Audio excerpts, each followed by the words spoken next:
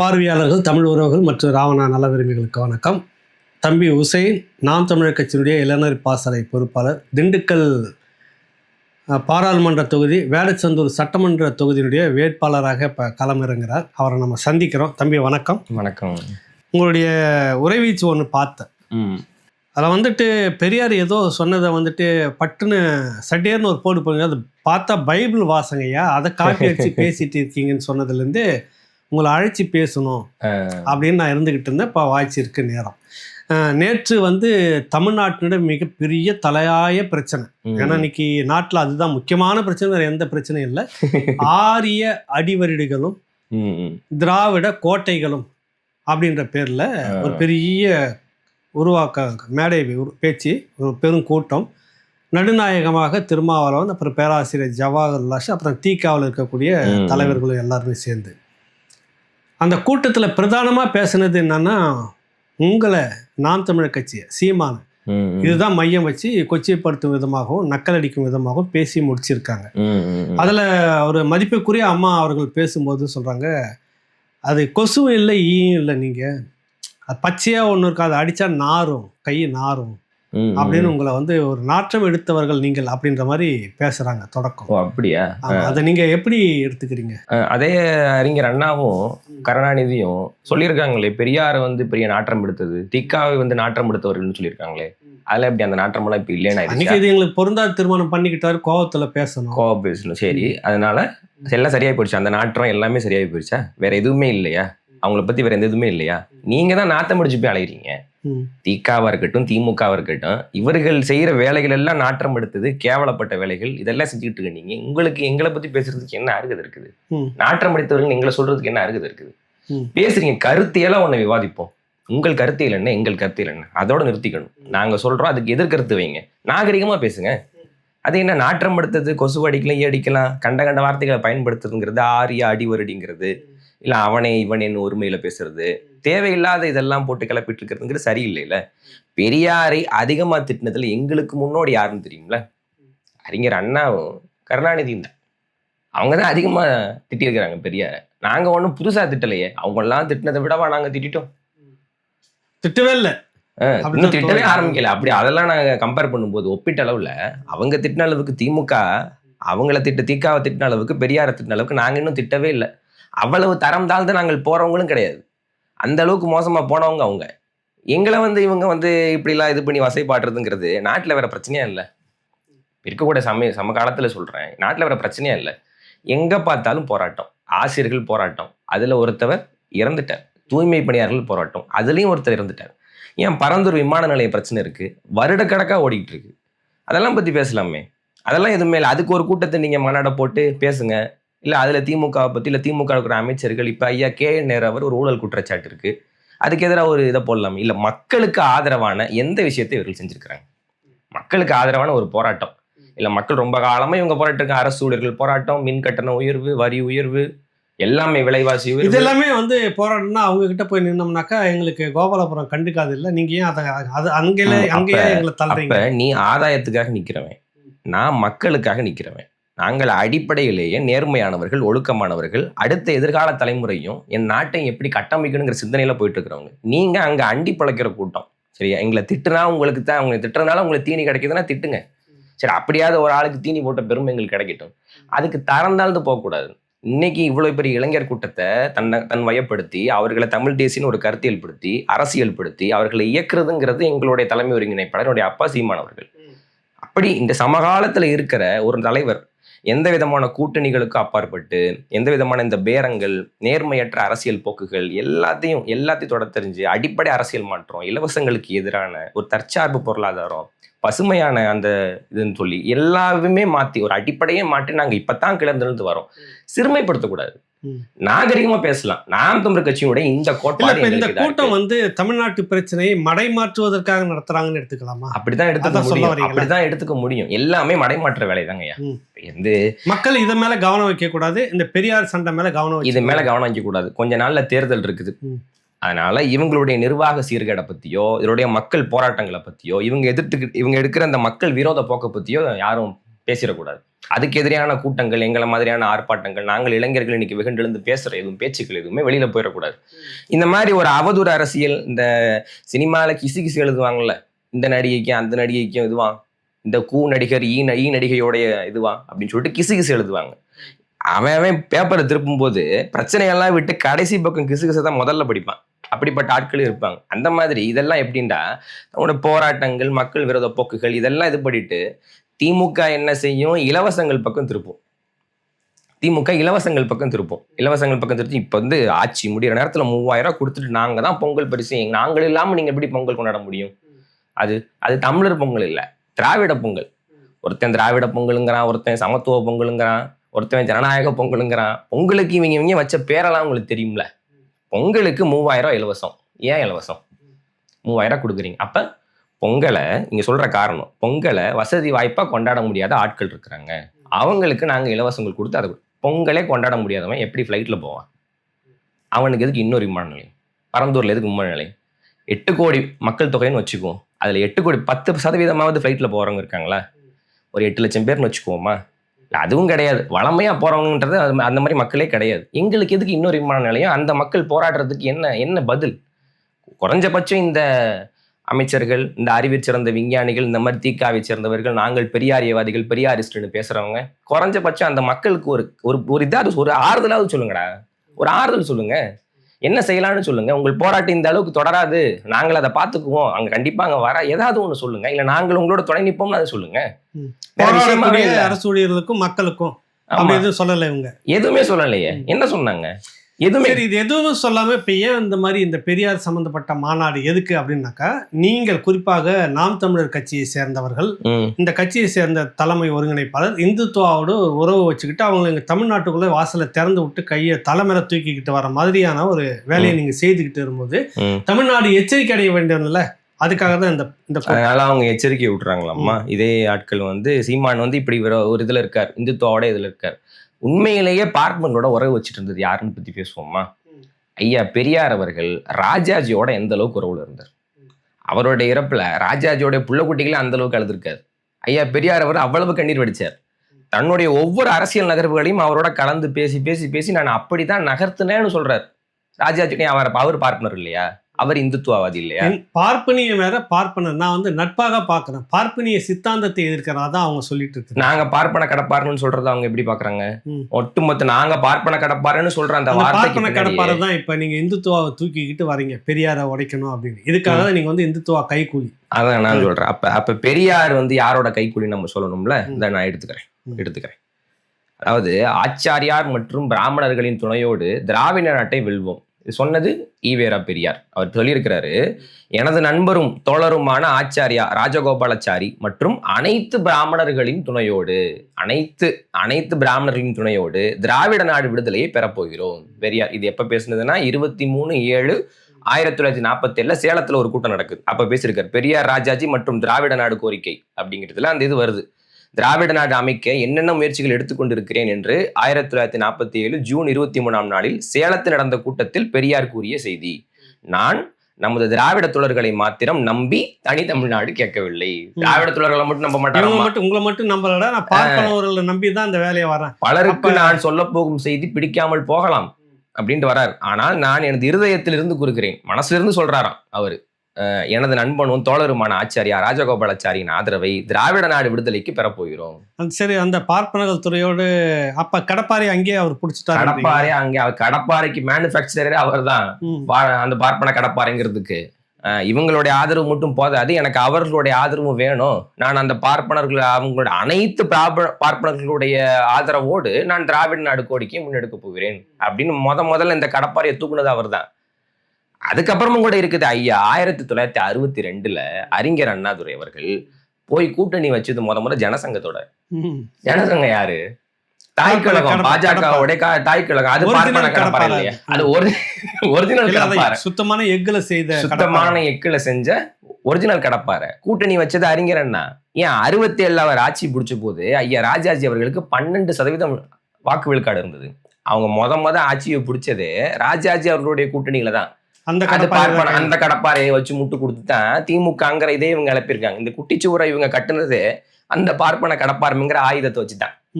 அப்ப இவங்க எப்படி இதை பேச முடியும்? முடிஞ்சு, அதாவது மொழிப்போருங்கிறது முடிஞ்சு அத்தனை பேர் உயிர் பலிகள்லாம் ஏற்பட்டு எல்லாம் முடிஞ்சதுக்கு அப்புறம் 65 2ஆம் மொழிப்போர் அந்த எல்லாத்துக்கும் அப்புறம் அந்த ஈரம் கூட காயில 71 இவங்க போய் கூட்டணி வச்ச இடம் என்ன?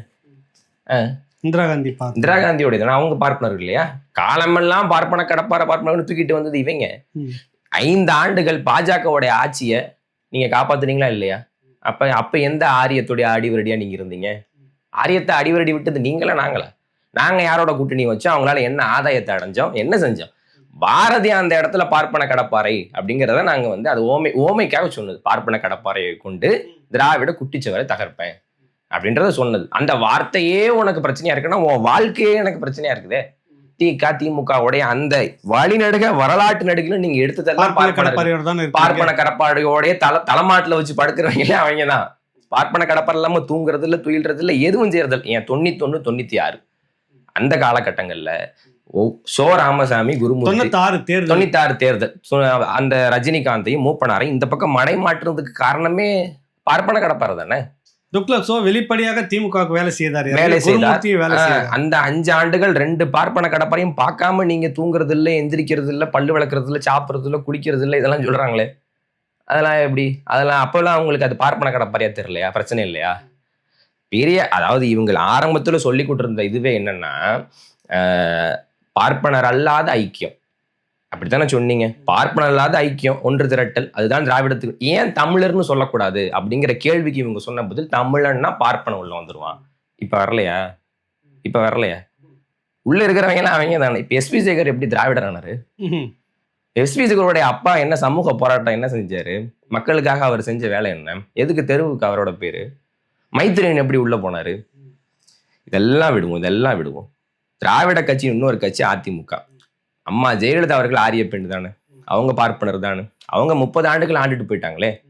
நீங்க இப்ப இருக்கக்கூடிய சேகர் பாபு, வேற யாரெல்லாம் இருக்கீங்க? KKSSR, செந்தில் பாலாஜி, இவங்கெல்லாம் இங்கிருந்து போனவங்க தானே. அதிமுக இருந்து அமைச்சர் ரகுபதி, இவங்கெல்லாம் இங்கிருந்து போனவங்க தானே. 30 வருஷம் நீங்க காலடியில கிடந்தீங்க. ஆரிய அப்பெல்லாம் அது பார்ப்பன கடப்பாறையா தெரியல. ஒரு பார்ப்பன இப்ப இங்க வந்ததுக்கு அப்புறம் என்ன மனித புனிதர் ஆயிட்டாங்களா இவங்க? திமுக எல்லாமே மனித புனிதர் ஆயிட்டாங்களா? ஆரிய பெண்ணுடைய காலில் விழுந்து நடப்பா நீங்க ஆட்சி அதிகாரத்துல இருந்தீங்க, அமைச்சர் பதவி இது பண்ணீங்க. அப்போ உங்களுக்கு ஏதாவது ஒண்ணு நல்லது நடக்குது, ஏதாவது அண்டி பொழைச்சு எதையாவது ஒண்ணு லாபம் ஈட்ட முடியும், எனக்கு தீனி கிடைக்குதுங்கிறப்ப எதுவுமே எனக்கு தீங்கா தெரியறது இல்ல. தீனி கிடைக்கலங்கிறப்போ உனக்கு பிரச்சனை.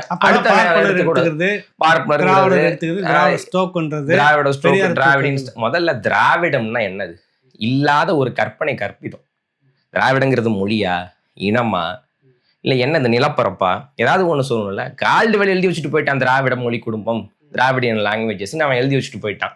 இல்லாத ஒண்ணு. இந்த இந்தியமும் இந்துத்துவாவும் திராவிடமும் ஒரு புள்ளியில இணையும். அது என்னன்னா எல்லாமே இல்லாத சித்தாந்தம். இந்தியன்கிறது ஒரு இனமா? அது இனம் கிடையாது. India is the Bharat, that is the union of states தான் அரசியலமைப்பு சட்டமே சொல்லுது. அது பல மாநிலங்களினுடைய ஒன்றியம். இந்தியாங்கிறது ஒரு இனமே கிடையாது. ஆனா அது இந்தியா, இந்துஸ்தான் இப்படிலாம் அவங்க வழிவகுத்தது காரணம் வரலாற்று ரீதியா அங்க இருக்கக்கூடிய ஐரோப்பியர்கள் இந்தியாவை அடையாளப்படுத்துறதுக்கு சிந்து நதிக்கரையை பயன்படுத்தினாங்க. சிந்துவனுடைய அந்த திசையில இருக்கிறது இந்தியாங்கிற, அது சிந்துங்கிறது அப்புறம் இந்துன்னு ஆச்சு, அப்புறம் இந்துஸ்தான் ஆச்சு. அவன் ஐரோப்பியக்காரன் இந்தியான்னு ஒரு சொல்ல பயன்படுத்தினான். அதையே இவனும் வெள்ளக்காரனும் தூக்கிட்டு அவன் எங்களை இந்தியான்னு ஒரு நாடாக்கினான். இங்க நாங்க இஸ்லாமியர்கள், கிறிஸ்துவர்கள் இவர்களெல்லாம் அல்லாத பல கடவுள்களை கும்பிடுபவர்களை அவன் இந்துன்னு ஆக்கினான். சரியா? இந்துங்கிறது ஒரு இனம் கிடையாது. இந்துங்கிறது ஒரு ஒரு ஒரு ஒரு மதத்தை, ஒரு கொள்கையை வழி நடத்தினதும் கிடையாது. ஆனா அந்த மக்கள் தங்களை இந்துவாக உணர்கிறாருங்கிறதுல எந்த சிக்கலும் இல்லை. அது அதையே நாங்க என்ன சொல்றோம், நாங்கள் தமிழர்கள் இந்துக்கள் தான் தமிழர்கள்னு சொல்றது பாஜக, தமிழர்கள் இந்துக்கள் இல்லைன்னு சொல்றது நாம் தமிழர் கட்சி. நாங்கள் சைவர்கள், நாங்கள் வைணவர்கள், நாங்க சொல்றோம். அதுல என்ன இந்துத்துவாவிலும் சரி இந்தியத்திலையும் சரி 3 விஷயம் இருக்கும். ஒண்ணு பார்ப்பன மேலாதிக்கம் இருக்கும், இன்னொன்னு வைதிக வெறி இருக்கும், தீவிரமான இந்துத்துவா இருக்கும். கற்பனை ரீதியில அவங்க வரலாற்று ரீதியா உன்னை கட்டமைக்கவே மாட்டாங்க, கற்பனை ரீதியா தான் உன்னை கட்டமைப்பாங்க. அது எப்படின்னா புராண கால வரலாற்றுல எடுப்பாங்க. இதை ராம ஜென்ம பூமிம்பாங்க, அயோத்தியில தான் ராமர் பிறந்தாரும்பாங்க. அந்த அந்த வரலாற்றை வச்சுக்கிட்டு இது இந்த மாதிரி விநாயகர் இல்லாத நாம் தமிழர் கட்சி அப்படி செய்யல. நாம் தமிழர் கட்சி நாங்கள் அப்படி செய்யவே இல்லை. திமுக அந்த இடத்தை நோக்கி நகருமா அப்படின்ற கேள்வி வருது இல்ல? திமுக எப்பயும் அந்த நகர்த்தோடு நடந்தாச்சு. அவங்க என்ன நினைக்கிறாங்க, நாங்க இந்துக்கள் இல்லைன்னு சொல்லல திமுக. அவங்க நாங்கள் 90 விழுக்காடு இந்துக்கள் தான் சொல்றாங்க. அப்புறம் மேடையில எல்லாம் ஒட்டுமொத்தமா பேசுறாங்களே எல்லாருமே சேர்ந்து, பெரியார் தான் அது ஒரு இல்லைன்னா அந்த மண் இப்படி இல்லை அப்படின்றாங்க. அது எப்படி பொருந்துதாங்க? எப்படி அது எந்த காலத்திலையும் பொருந்தாதுங்கய்யா. இன்னொன்னு, பெரியார வந்ததுனால இந்துத்துவா உள்ள வந்துரும்னு சொல்றதுல எந்த முகாந்திரமும் இல்லை. இங்க இருக்கக்கூடிய தமிழர்கள் பாஜகவை எதிர்த்ததுக்கு பின்னாடி பெரியார் கிடையாது. பெரியாரின் வாயிலாத்த இங்க இருக்கிறவங்க எல்லாம் கடவுள் மறுப்பு பேசுறவங்களா? எல்லாரும் கடவுளை முன்பாகவே அயோத்திதாச பண்டிதர் நிறைய பேசி, அதற்கு முன்பாக அயோத்திதாச பண்டிதர், ஐயா ரெட்டமலை சீனிவாசன் அவர்கள் இதெல்லாம் நிறைய பேசிட்டாங்க. ஐயா தொல் திருமாவளவன் அவர்கள் அம்பேத்கரும் பெரியாரையும் விட்டா வேற தலைவரே கிடையாதுன்னு சொல்றது உண்மையிலேயே எங்களுக்கு வருத்தம் தான். அவர் பேசியிருக்கிறாரு. அப்படி பேசிடக்கூடாது. இரண்டு தலைவர்கள் தான் இவர், 2 பேர். ஒருத்தர் அண்ணல் அம்பேத்கர் அவர்கள், அடுத்தது பெரியார். இவர்களை தவிர நீங்க யாரையும் சொல்ல முடியாது. சாதி ஒழிப்பு எதையும் சொல்ல முடியாது அப்படின்னு சொல்றாரு. ஆனா இப்படி எல்லாம் இருந்திருக்காங்க. சரி, அவர் பேசுனதுக்கு வருவோம். திமுகங்கிற ஒரு கட்சி, அவங்க பிரசாந்த் கிஷோரை வச்சு வேலை செஞ்சாங்களா இல்லையா? அவர் பார்ப்பன கடப்பாரு இல்லையா? 2021 அவங்க வேலை செஞ்ச, அவங்களுக்கு தேர்தலுக்காக அவங்களுக்கு வேலை செஞ்ச நிறுவனமே ஐபேக் நிறுவனம். பிரசாந்த் கிஷோர் தானே அந்த கடப்பாறை. அந்த கடப்பாறையை வச்சு தானே இன்னைக்கு நீங்க சீட்டுல உட்காந்துருக்கீங்க. அப்ப என்ன செய்வோம்? அதை நம்ம எப்படி எடுத்துக்கிறது? காலமுள்ள இதெல்லாம் வச்சுட்டு சுத்திட்டு இருந்தவங்க இவங்க. அது இல்லாம இவங்களுக்கு தனிச்சு ஒரு மூளை கிடையாது, இவங்களுக்கு தனிச்சு ஒரு கொள்கை சித்தாந்தம் கிடையாது, ஒரு பிடிப்பு கிடையாது, திறன் கிடையாது, எதுவும் கிடையாது. யாராவது அவருடைய உதவி வேணும், அவன் எவனா இருந்தாலும் பரவாயில்ல அப்படிங்கிறது இவங்களோட. எங்களுக்கு என்ன இடனச்சட்ட காலம்புல தூக்கிட்டு இருந்தா உனக்கு இல்ல அஜெண்டா, எனக்கு அஜெண்டா இருக்குதுன்னா அப்ப கோவம் வருமா இல்லையா? காலம் முழுக்க பார்ப்பன கடப்பாறைய கையிலேயே சுத்தினது அவங்க, கையிலேயே வச்சு கம்பு சுத்தினதெல்லாம் அவங்க. நாம் தமிழர் கட்சி அப்படி இல்ல. நாம் தமிழர் கட்சி நாங்கள் என்ன பண்ணுவோம்? உங்களுக்கு அந்த ரோஷம் வரணும்னு கேட்கறேன். அதுதான் நான் கேட்கறேன். அது எப்படி இதாகும்? ஐயா திருமாவளவன் அவர்கள் பேசுறாரு, ஐயா பெரியாரை பத்தி பேசும்போது பேசுறாரு, பெரியார் இடத்துல எல்லாம் இருந்துச்சு. அவரு ஒரு ஜமீன்தாருடைய பையன், அவருக்கு நடுத்தருக்கு வர வேண்டிய நிலைமை இல்லை. அவரு ஒரு குறிப்பிட்ட ஒரு மதிப்பு மிக்க ஒரு சாதியினுடைய இதுல பிறந்தவர் தான், நாயக்கர் அப்படிங்கிற இதுல பிறந்தவர் தான். அவருக்கு போராட வேண்டிய தேவையில்லை, ஏன்னா அவர் தீண்டத்தகாத இடத்துல இல்லை. ஆனாலும் எல்லாத்தையும் விட்டு போராடினவரு பெரியாரு அப்படின்னு சொல்றாரு. எல்லாத்தையும் விட்டு போராடினதுன்னு அர்த்தம் என்னன்னா, ஐயா வஉசி அவர்கள் பெரிய பணக்கார விட்டாள், பெரிய வழக்கறிஞர், அவருடைய அப்பா வழக்கறிஞர், இவரு வழக்கறிஞர். அந்த காலத்திலேயே உங்களால் நம்ப முடியுதா பாருங்க, லட்சக்கணக்கில் ஒரு வழக்காடுங்களுக்கு வாங்கக்கூடிய தகுதி படைத்தவர். கடைசி காலத்துல என்ன வண்டியை வச்சு நடத்திட்டு இருந்தார், ஒண்ணும் இல்லாம இருந்தார். தன் நாட்டுக்காக வர்த்தக போரை தொடுத்து வெள்ளையக்காரனுக்கு எதிராக விடுதலைக்கு போராடி செக்கிழுத்த செம்மல் அப்படியெல்லாம் போராடிச்சு. கடைசியில ஒண்ணுமே இல்லாம ஒரு போராட்டம் எப்படி சொல்ல முடியும்னா, சாகும்போது ஒண்ணுமே விடாம போகணும், விட்டுட்டு போகாம இருக்கணும். பெரியாரு சரி அங்க இருந்து வந்தாரு, இறக்கும் போது அவர் விட்டுட்டு போன சொத்து மதிப்பு எவ்வளவு சொல்லுங்க ஐயா? அவரோட சொத்து மதிப்பு என்ன? பல கோடி ரூபாய் சொல்றாங்களே. அந்த சொத்து மதிப்பு தான் பிரச்சனையாச்சு கடைசி வரைக்கும். திருமணம் பிரச்சனை அங்க வருது, கட்சி உடையிறது அங்கதான் வருது. ஆமா, அங்க அறிஞர் அண்ணா அவருடைய அரசியல் வாரிசு ஆயிடக்கூடாது, ஈவிகே சம்பத் அவருடைய சொத்து வாரிசு ஆயிடக்கூடாது. ரெண்டுக்கு முட்டுக்கட்டையா ஒண்ணு செய்யணும்னா அப்ப அது பெரியார் மணியம்மை திருமணம் ஆச்சு, சொத்துக்கள் எல்லாம் அவங்களுக்கு போச்சு. இதெல்லாம் செஞ்சது அவங்க. அந்த மாதிரியான ஒரு இதை பண்ணது. இன்னைக்கு அவர் எல்லாத்தையும் விட்டுட்டு போராடினாருன்னா, ஐயா தேவர் அவர்கள் தன்னுடைய சொத்தையெல்லாம் எழுதி வச்சாரு ஒரு தலைவர் மக்களுக்காக. காமராஜர் எவ்வளவு 9 ஆண்டுகள் அரசாட்சியில இருந்தும் கூட, முதலமைச்சர் இருந்தும் கூட, வெறும் 150 ரூபா கடைசியில விட்டு போனாரு. புரியுதுங்களா? எப்போ உள்ள 125 ரூபா எப்போ உள்ள வந்தோம், எந்த நிலைமையில உள்ள வந்தோங்கிறது இல்ல சிக்கல். நீங்க ஜமீன்தாரா இருங்க, பெரிய ஆதிக்க சாதிக்காரா இருங்க, அது இல்ல. போகும்போது என்ன விட்டுட்டு போனாரு அதான கணக்கு. போகும்போது விட்டுட்டு போனதுல இவங்க எல்லாம் உயர்ந்துட்டாங்க. வஉசி, ஐயா தேவர், ஐயா காமராஜர், இவங்க எல்லாம் உயர்ந்துட்டாங்க. ஏன்? எதையுமே எடுத்துட்டு போல, எதையுமே தங்களுக்காக சேர்த்து வைக்கல. ஆனா ஐயா பெரியாரு எல்லாத்துக்கும் காசு வசூலிச்சு, பேர் வைக்கிறதுக்கு காசு, திருமணம் நடத்தி வைக்கிறதுக்கு காசு, உரைய கட்சிக்கு நிதி சேர்க்கிறாரு, கொள்கையை நோக்கி நகர்றோம், அதுக்கு ஃபண்ட் வேணும். நிதி சேர்க்கிறதா நோக்கமா? அப்ப நிதி சேர்க்கிறது, சொத்தை காப்பாத்தி வைக்கிறது, அதெல்லாம் வேற எவனுக்கும் போகாம பாத்துக்கிறது, இதுதான் நோக்கமா? மக்களுக்கு எதுவும் பேசணும், மக்களுக்கு அதிகாரம் கிடைக்கணும், மக்களுக்கு இது பண்ணணும். அவர் எந்த நிலைப்பாட்டுல தாழ்த்தப்பட்ட மக்களுக்கு ஆதரவா நின்று இருக்காரு?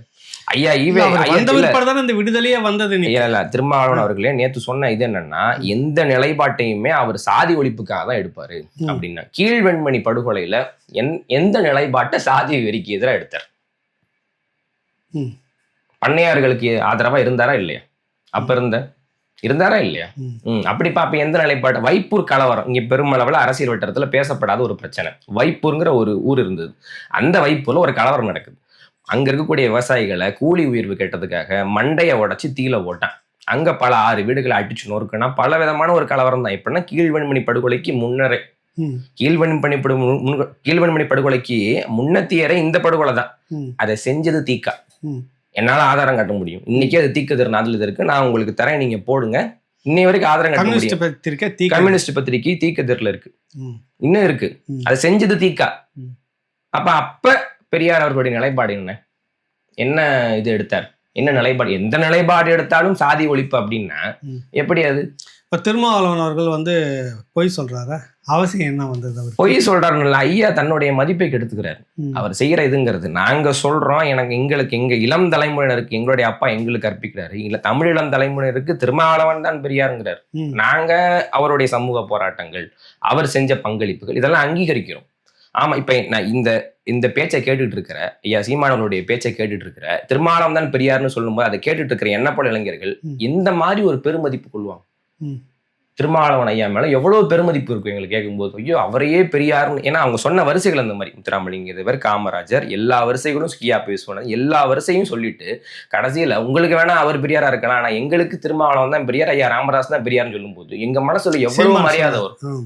அப்படி எவ்வளவு சீமானப்பா சொல்றாரு, எங்களுக்கு சொல்லித்தராரு, எவ்வளவு மரியாதை வரும். அதுக்கு எவ்வளவு பெருந்தன்மை வேணும், எவ்வளவு ஒரு இது வேணும். ஆனா அதை தன்னுடைய இவருக்கு எடுத்துக்கிறார். நான் பெரியார், என்னைய பெரியார்னு சொல்லி அவங்க கவுக்க பாக்குறாங்க. அது ஏதோ கவுக்கிறதுக்கு சொன்ன கற்பனைவாதம் மாதிரியும், உங்களை ஐஸ் வைக்க சொன்ன ஒரு பொய் மாதிரியும். அப்படி நீங்களே அதை இல்லைன்னு புறந்தள்ளிட்டீங்கன்னா பாக்குறேன் எனக்கு எப்படி நம்பிக்கை வரும்? நாங்க எவ்வளவு தூக்கி உயரத்துல வச்சிருக்கோம் உங்களை, நாங்க எவ்வளவு, நீங்க தான் பெரியார், நீங்க தான் ஒரு சமூகத்திற்காக போராடின ஒரு ஒப்பற்ற தலைவரை நாங்க உங்களை மேல வச்சிருந்தோம்னா இது என்னது? ஐயா பெரியாரே ராஜாஜியை பெரியார்னு சொல்லியிருக்காரு. கொள்கைக்காகவே வாழ்ந்து கொள்கைக்காகவே மறைவேதிய ராஜாஜி எனும் பெரியார்னு சொல்லியிருக்காரு ஐயா. உங்கள்ட்ட இருக்குல்ல, இங்க போடுங்க, பெரியார்னு இருக்காரு. என்ன இப்ப இவங்க ஆனாவுனா சொல்லுவாங்க, பிரபாகரன் அவர்களே பெரியாரை ஆதரித்தார், விடுதலை புலிகள் பெரியாரை ஆதரித்தார், இதெல்லாம் சொல்லுவாங்க. அப்ப கியாபி விஸ்வநாதம் அவர்களுடைய மறைவு செய்தியில புதுவை ரத்னதுரை அவர்கள் சொல்றாங்க. என்ன சொல்றாங்க? கியாபி விஸ்வநாதத்தை பெரியார்னு அவரு மென்ஷன் பண்றாரு. கியாபி விஸ்வநாதம் அவர்களை பெரியார்னு மென்ஷன் பண்றாங்க. அப்படின்னா இது, ஆனா இவங்க தந்தை செல்வாட்டா ஐயா பெரியார் சொன்னது, நானே ஒரு அடிமை, இன்னொரு அடிமைக்கு என்ன செய்ய முடியும்? அவர் ஆதரவு கேட்டும் போது இவர் சொன்ன வார்த்தை. இப்ப யார் எங்களுக்கு ஆதரவா இருக்கா, யார் எதிராக இருக்கான்னு தமிழர்களுக்கான ஆதரவு நிலைப்பாடு, அந்த அரசியல் நிலைப்பாடு எப்படி எடுத்துடக்கூடாதுன்றது தான் ஒரு நோக்கம். அதுதான் அவருடைய நோக்கம். சரி, இதுல இன்னொரு விஷயம், இந்த நிகழ்ச்சியில பாத்தீங்கன்னாக்கா பேராசிரியர் ஜவாஹர்லால் ஒரு மதிக்கப்படக்கூடிய தலைவர். அவருக்குன்னு ஒரு கட்சி, சட்டமன்ற உறுப்பினர். அவரும் அந்த நிகழ்ச்சியில பங்கெடுத்துக்கிறார். அவர் பேசுறதும் இந்த பெரியாருடைய அந்த ஆதரவு நிலைப்பாட்டில் தான், இந்த திமுக நிலைப்பாட்டில் தான் அவரும் அன்னைக்கு அந்த சில வார்த்தைகள்லாம் பேசுறாரு. இதை எப்படி எடுத்துக்கிறீங்க நீங்க? அது என்னன்னா, திராவிட முன்னேற்ற கழகம் இஸ்லாமிய சமூகத்துக்கு எல்லா விதமான விடுதலையும் கொடுத்துருச்சா? என்ன விடுதலை கொடுத்துச்சுன்னு தான் கேட்கணும், நாங்க சொல்ல தேவையில்லை.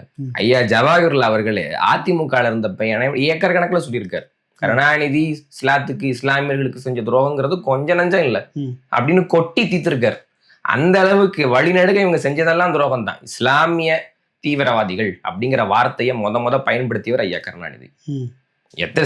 பல RSSம் ஒரு சமூக அமைப்பு தான் அப்படின்னு சொன்னவர் அவரு. குஜராத் படுகொலையை ஆதரிச்சு பேசினவர் கருணாநிதி. எவ்வளவு இவர் நரேந்திர மோடி ஒரு நல்லவர் தான், மிக்க நல்லவர் தான், வாஜ்பாயி ரொம்ப நல்லவர் தான் அப்படின்னு ரொம்ப இவர் செஞ்சு. இப்ப ஜவாஹர்லால் ஐயாவே சொல்றாங்க, இன்னைக்கு மோடிக்கு இருக்கிற பெரும்பான்மை அன்னைக்கு வாஜ்பாய்க்கு இருந்திருந்ததுன்னா இன்னைக்கு மோடி செய்யறத அன்னைக்கு வாஜ்பாயே செஞ்சிருப்பாரு அப்படின்னு. ஆனா இப்ப கருணாநிதி என்ன செஞ்சாரு? Right man in wrong party. மொத்தமா ஒரு பார்ட்டி ரைட்டா இருந்து ஒரு மேன் ராங்கா இருந்தா பரவாயில்ல, ஒரு பார்ட்டியில ஒரு மேன் தான் ரைட், ஒரு பார்ட்டியே ராங் அப்படின்னா அவங்களை எப்படி நீங்க ஆதரிச்சீங்க? எதுக்காக அவங்களை ஆதரிச்சீங்க? அதை வச்சு இஸ்லாமியர்கள் நீங்க என்னென்ன நீங்களே தான் சொல்றீங்க அப்பாவி சிறைவாசிகள்னு. அப்பாவி எப்படி சிறைவாசி ஆனாங்க? இந்த கேள்விக்கு பதில் வேணும். அப்பாவி எதுக்குப்பா உள்ள வச்சிருக்க? வெளியில விட வேண்டியதானே? அப்பாவியை உள்ள பிடிச்சது யார்? உள்ள பிடிச்சு போட்டது யார்? இங்க சிறுபான்மையினர்கள்னு சொல்லக்கூடிய இஸ்லாமியர்களை பாதுகாக்கிறாங்கன்னா அது சிறையில வச்சுதான், உள்ள வச்சு இப்ப ரொம்ப காலமா நாங்க சொல்லிட்டு இருக்கிறோம், உள்ள வச்சுதான் பாதுகாக்கிறாங்க இவங்க அப்படின்னு. இவங்க இந்த ஆட்சியிலேயே ஆம்பூர்ல, இவங்க ஆட்சிக்கு வந்த புதுசுல ஆம்பூர்ல பிரியாணி திருவிழான்னு ஒண்ணு நடந்துச்சு.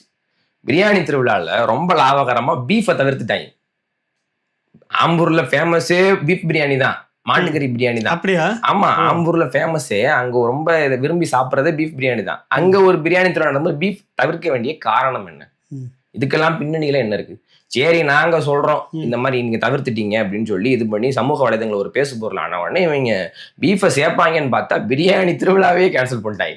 அன்னைக்கு ஒரு மழை பெய்யுது அதுன்னு ஒரு காரணம்னு சொல்லி 4 வருஷமா ஒண்ணும் நடத்தல.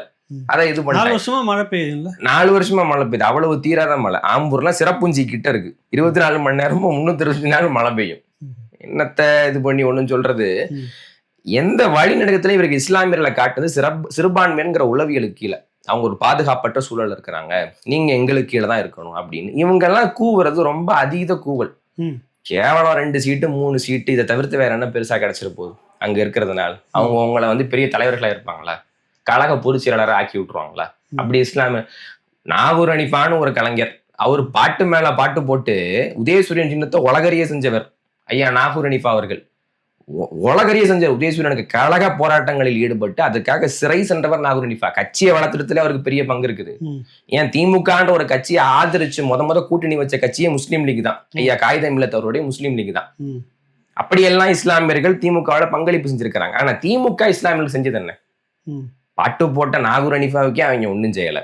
அவங்கள அந்த வாணியம்பாடி இடைத்தேர்தலில் போட்டிட்டு வைக்கிறது, இடைத்தேர்தலில் விட்டா இன்னைக்கு எப்படி திமுக ஈரோடு கிழக்கு தேர்தலில் செஞ்சுச்சோ அதையெல்லாம் அன்னைக்கு அவங்க செய்வாங்க. வாணியம்பாடி இடைத்தேர்தலில் அறிஞர் அண்ணா ஒரு வாய்ப்பு கொடுத்தாரு, அதுவும் ஜெயிக்க முடியாதுங்கிற தேர்தல் அவங்க 50களில். அதுக்கப்புறம் இவங்க கொடுத்தது இங்க 2001 வாணியம்பாடி இடைத்தேர்தல், அதுவும் ஜெயிக்கவே முடியாது, நல்லா தெரியும். அன்னைக்கு பிரச்சார காலத்துல ஜெயிக்கக்கூடிய வாய்ப்பு வரும்போதெல்லாம் அவருக்கு சீட்டு கொடுக்க மாட்டாங்க. அன்னைக்கு பிரச்சார காலத்துக்கு வந்த நாஞ்சில் சம்பத் அவர்கள், அன்னைக்கு அவர் அதிமுக இருக்காரு, நீ பல கட்சிக்கு போயிட்டாரு, அது வேற விஷயம். நாஞ்சில் சம்பத் அங்க அதிமுக இருக்காரு. அவர் நாகூர் ஹனீஃபாவை பார்த்து கேட்கிறாரு, என்ன மாமா, என்ன நாகூர் ஹனீஃபா மாமா, கருணாநிதி உங்களை குர்பானி கொடுக்க முடியும்ன்றார் போல இருக்கு அப்படின்னு சொன்ன பதிவுகள்லாம் இருக்கு.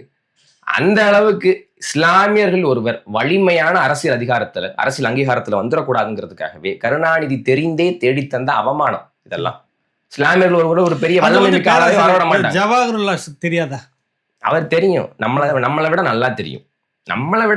இப்ப நான் சொல்றேன்ல, இதை விட நல்லா தெரியும். இதை விட அதிகமா பேசிட்டு இருந்தவங்க தான் அவங்க எல்லாம். அவரு விடுதலை சிறுத்தைகள் கட்சி இருக்கக்கூடிய என்னுடைய அண்ணன் ஆளுஷ் ஷானவாஸ் அவர்கள், இந்திய யூனியன் முஸ்லீம் தலைவர் காதர் முஹிதீன் அவர்கள் எல்லாருமே கருணாநிதியோட நயவஞ்சகத்தின் மறுபெயரை கருணாநிதித்தனம் தான் அப்படின்னு சொல்லக்கூடிய அளவுக்கு அவங்க எல்லாம் தெரிஞ்சவங்க தான். ஆனா இங்க என்னன்னா, இஸ்லாமியர்கள் எல்லாம் அல்லாதான் எல்லான்னு அப்பாவிங்களா இருக்காங்க. இஸ்லாமிய தலைவர்கள் எல்லாம் நியாய தர்மம் எதுவும் இல்லாத அயோக்கியர்களா இருக்காங்க. இவ்வளவுதான். தங்களுடைய இருப்பை தக்க வைத்துக்கிறதுக்கு தாங்கள் வந்து இதுல வரணுங்கிறதுக்காக வேண்டி இந்த மாதிரியான ஒரு இதை ஏற்படுத்துறாங்க.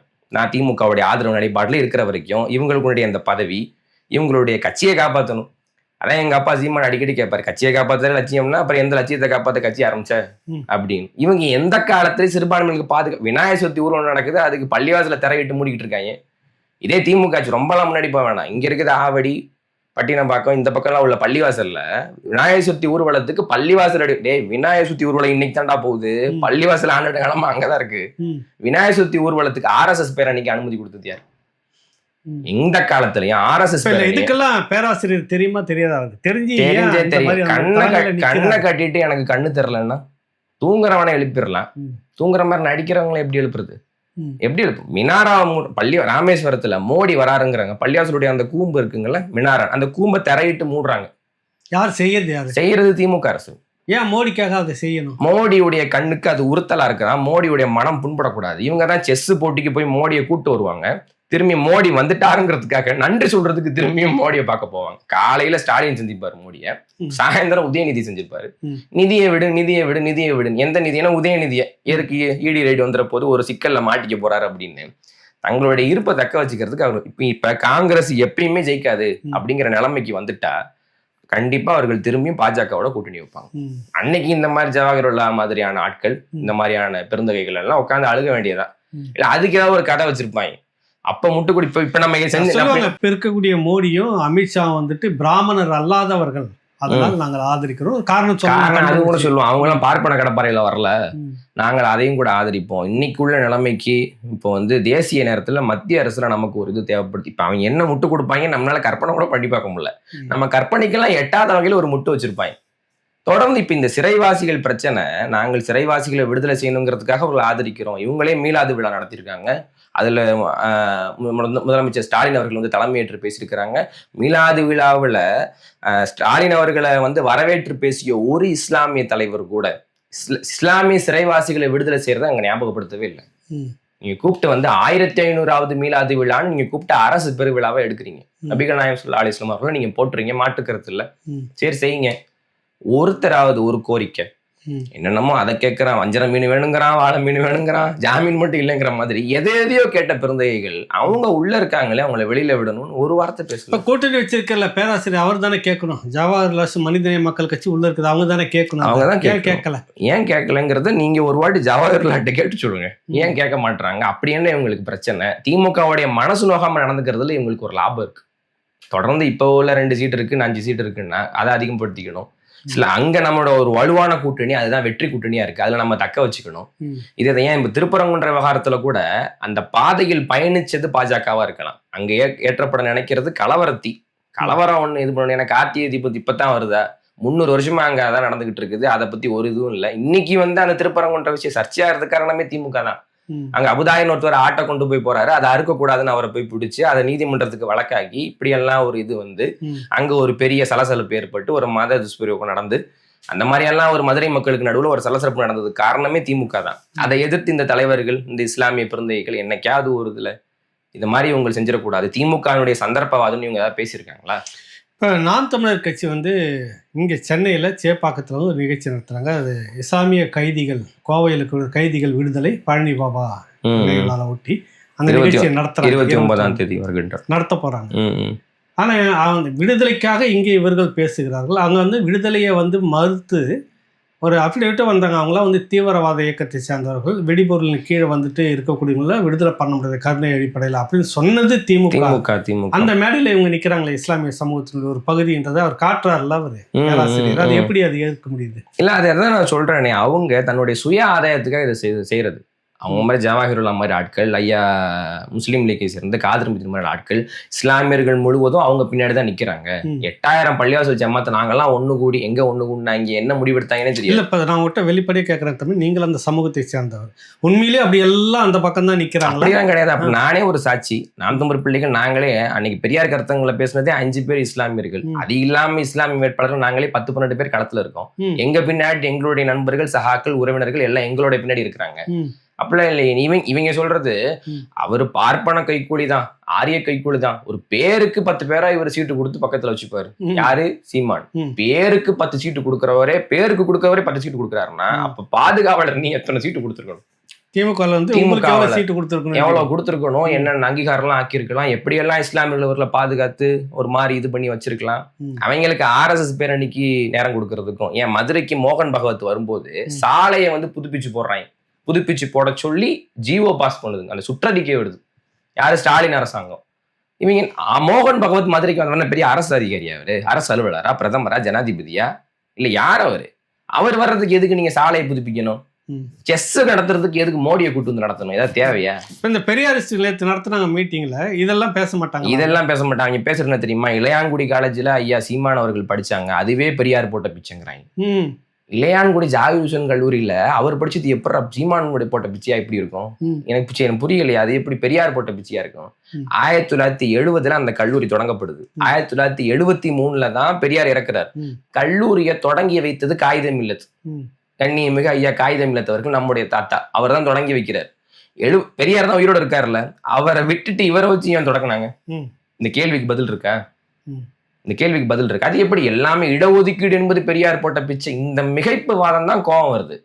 இதுக்கு எடுத்தாலும் பெரியார் போட்ட பிச்சை, நதிகா போட்ட பிச்சை, நாங்க தான் உங்களை படிக்க வச்சோம், நாங்க தான் உங்களுக்கு எல்லாம் சொன்னோம், இதுதான் கடுப்பாகுது.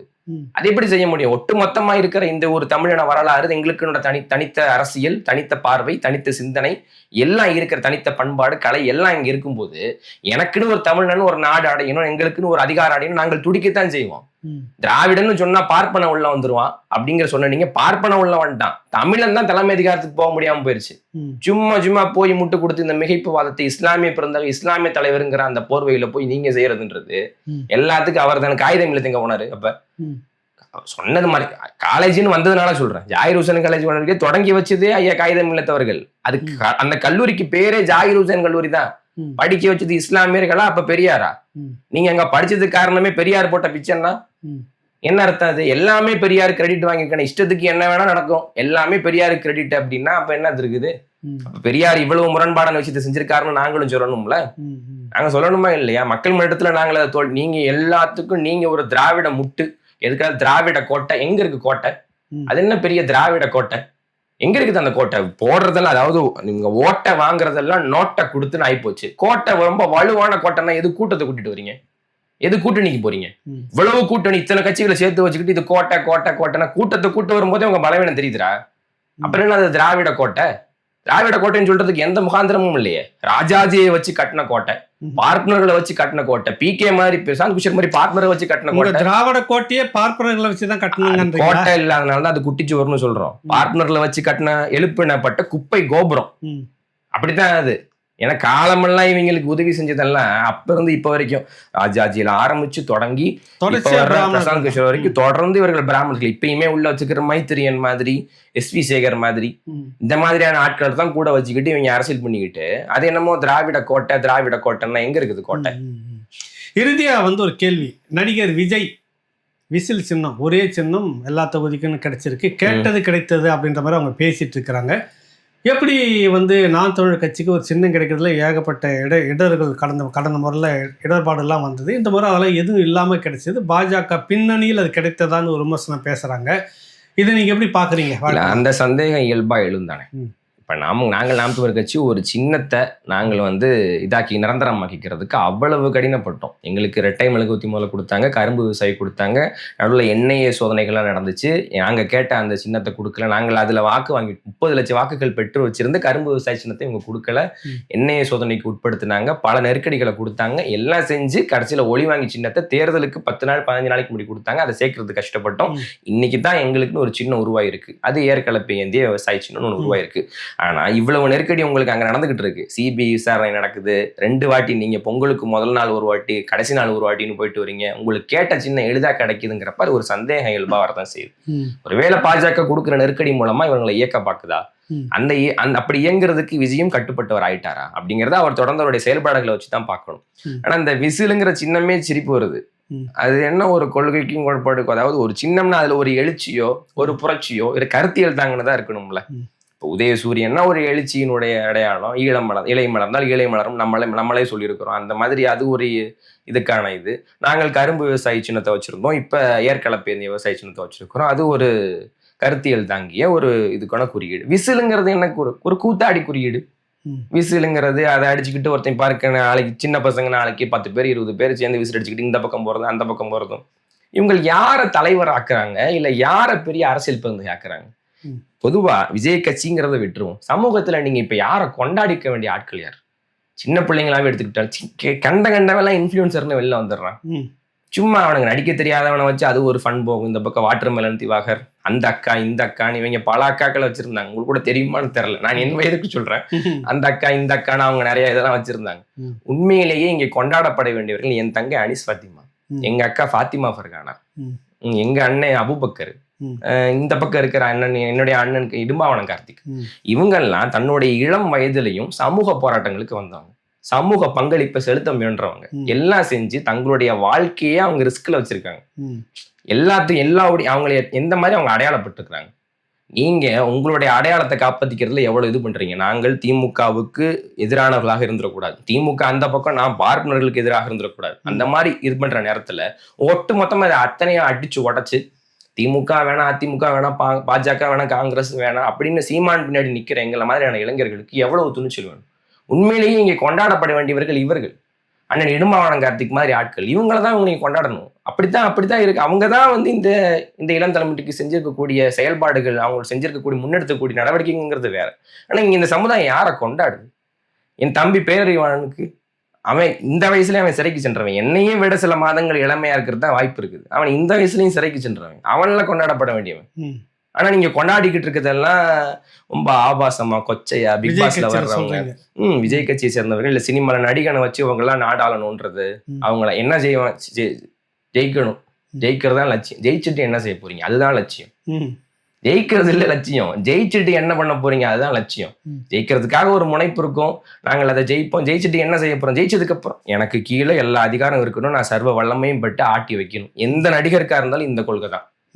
கொள்கையில் அவங்களுக்கு ஒரு தெளிவே இருந்து கிடையாது. தேசியமா திராவிடமான்னு கேட்டா தேசிய முற்போக்கு திராவிட கழகம்பாங்க. அதுவா இதுவா லெஃப்டா ரைட்டான்னு கேட்டா மக்கள் நீதி மையம்பாங்க.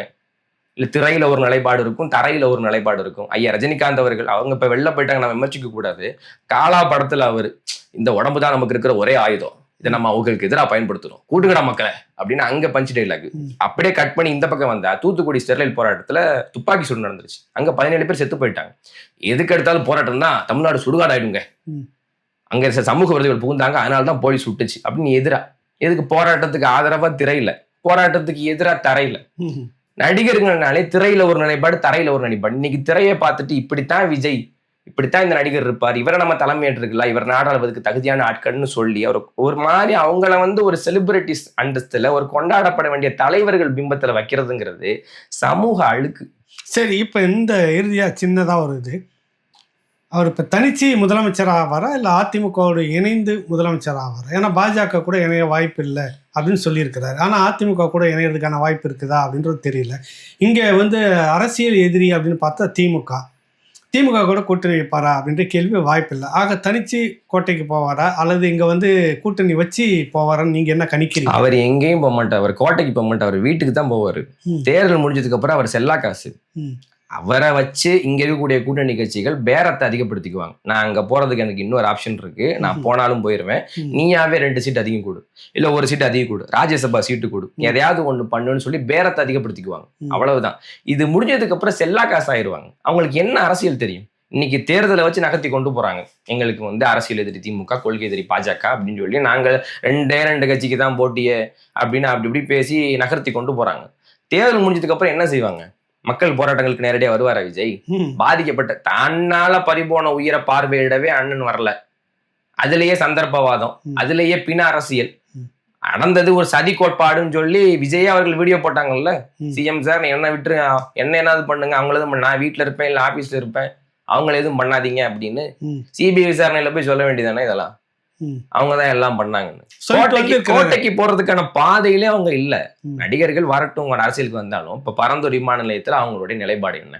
எப்பயுமே நடிகர்கள் என்றாலே அரசியலுக்கு வரும்போது என்னன்னா பெரும்பான்மையான மக்களை கவரணும். ஒரு கமர்ஷியல் எலமெண்ட், காமெடினா அவன் வருவான், ஃபைட்டுனா இவன் வருவான், அனுதாபம்னா அவங்க வருவாங்க, சென்டிமெண்ட்னா இவங்க வருவாங்க, எல்லாத்தையும் சேர்த்து ஒரு கலோக்கியலா ஒரு கமர்ஷியல் எலமெண்ட் தான் திரைப்படம். அந்த அதே ஃபார்முலாவை அரசியல் வைப்பாங்க. பரந்தூர் விமான நிலைய பிரச்சனைக்கு அவர் போனாரா? அவர் நினைச்சிருந்தா நான் அனுமதியெல்லாம் நீ கொடுக்க வேணாம், நான் அனுமதி கேட்கறேன், தகவல் சொல்றேன், நான் போய் பார்ப்பேன், நான் அவங்கள்ட்ட பேசுவேன், நான் ஒரு கெடு கொடுப்பேன், அதுக்குள்ள இந்த பிரச்சனை நீ முடிக்கணும், இல்லைன்னா அந்த லட்சக்கணக்கான மக்களை கூட்டிட்டு நானே ஆளுநர் மாளிகைக்கு போவேன், நானே முதலமைச்சர் இடத்துக்கு போவேன், இந்த பிரச்சனைக்கு நீங்க ஒரு எப்படியெல்லாம் அரசியலாக்கி இருக்கலாம், அதை மாத்தி இருக்கலாம். எப்படின்னா அவனுக்கு தான் கூட்டம் கூடுதுல்ல, அந்த கூட்டத்தை நீங்க எப்படி பயன்படுத்திருக்கணும் அப்படி. ஆனா நீங்க இப்படி பயன்படுத்துறீங்க, எனக்கு பின்னாடிதான் எல்லாரும் இருக்காங்கன்னு காமிச்சு ஒரு சினிமா போதையை ஊக்குவிச்சு இவர் வராருன்னு சொல்லி நெருக்கடியான ஒரு நிலையில போய் உள்ள போய் 40 உயிர்கள் பறி போய் அதை போய் பார்க்க கூட இல்லை. அவங்களையும் கூப்பிட்டுனா நான் ஆறுதல் சொல்லுவேன்னா அப்ப பணத்திமிரு தானே. செத்தவன் வீட்டுல அவன் இருக்கும்போது அவனை கூப்பிட்டு வந்து 20 லட்ச ரூபா கொடுத்தா என் மக்கள் எல்லாத்தையும் மறந்துடுறாங்கிற அந்த காசு திமிரு, அந்த பணத்திமிரு.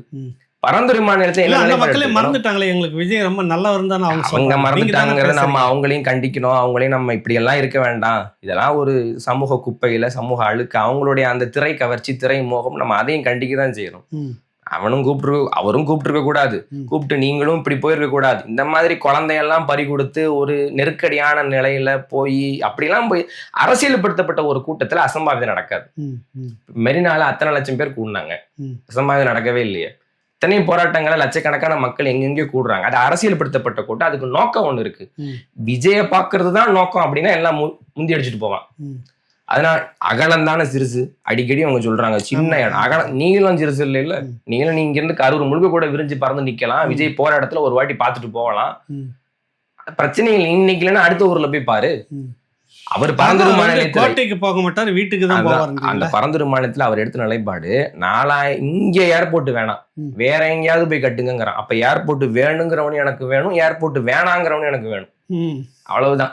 இங்க கட்ட வேணாம், வேற எங்கேயாவது போய் கட்டுனா அங்க பிரச்சனை என்னன்னு தெரியணும்ல. அங்க விளைநிலங்கள் பாதிக்கப்படுது, விவசாய பெருங்குடிகளுடைய வாழ்விடங்கள் பாதிக்கப்படுது, நீர்நிலைகள் பாதிக்கப்படுது. இங்க வேற எங்கேயாவது போய் கட்டுனா 4000 ஏக்கர்ல இது எதுவுமே இல்லாத இடம் எங்க இருக்கு? பிரச்சனை என்னன்னு புரியணும்ல. எதுவுமே புரிஞ்சுக்காம எடுத்துக்கு ஒரு ஸ்கிரிப்ட் எடுத்து படிக்கிற ஆட்கள் ரொம்ப நாளைக்கு இந்த கதை ஓடாது. இந்த ப்ரொடியூசர் பசங்க, டைரக்டர் பசங்க சில சினிமால வருவாங்க தெரியுமா? பெரும்பாலான ஆட்களால சினிமால ஆதிக்கம் செலுத்த முடியாது. ஒரு பிம்பத்துல, ஒரு செல்வாக்குல வந்து நின்றுவாங்க. படமும் வரும், டிஸ்ட்ரிபியூட்டர் கிடைப்பாங்க, ஸ்கிரீன்ல இதாகும், மக்களும் பார்ப்பாங்க, ஸ்டார் கிட்ஸுக்குன்னு ஒரு வேல்யூ இருக்கும், அதெல்லாம் பண்ணுவாங்க. அந்த மாதிரி விஜய் ஏற்கனவே செல்வாக்கு பெற்று அரசியலுக்கு வந்த ஒரு ஆள். அதனால கொஞ்சம் அதாவது கரண்ட் போனாலும் கொஞ்ச நேரம் ஃபேன் ஓடும்ல அந்த ஸ்பீடுல, அந்த மாதிரி கொஞ்ச நேரம் ஓடும். கோட்டைக்கும் போக மாட்டார், இந்த கோட்டைக்கும் போக மாட்டார், அந்த கோட்டைக்கும் போக மாட்டார். அவர் கூட்டணிக்கு நாங்கள் தனித்து நிற்கிற, தனிமையை விரும்புகின்ற போராட்டிக்காரர்கள். அவர் தனித்து விடப்பட்ட அனாதை. நல்லது, நிறைய தகவல்களை வந்து சொல்லியிருக்கீங்க தம்பி. மீண்டும் ஒரு முறை நம்ம சந்திப்போம். நன்றி, வணக்கம். நன்றிங்க.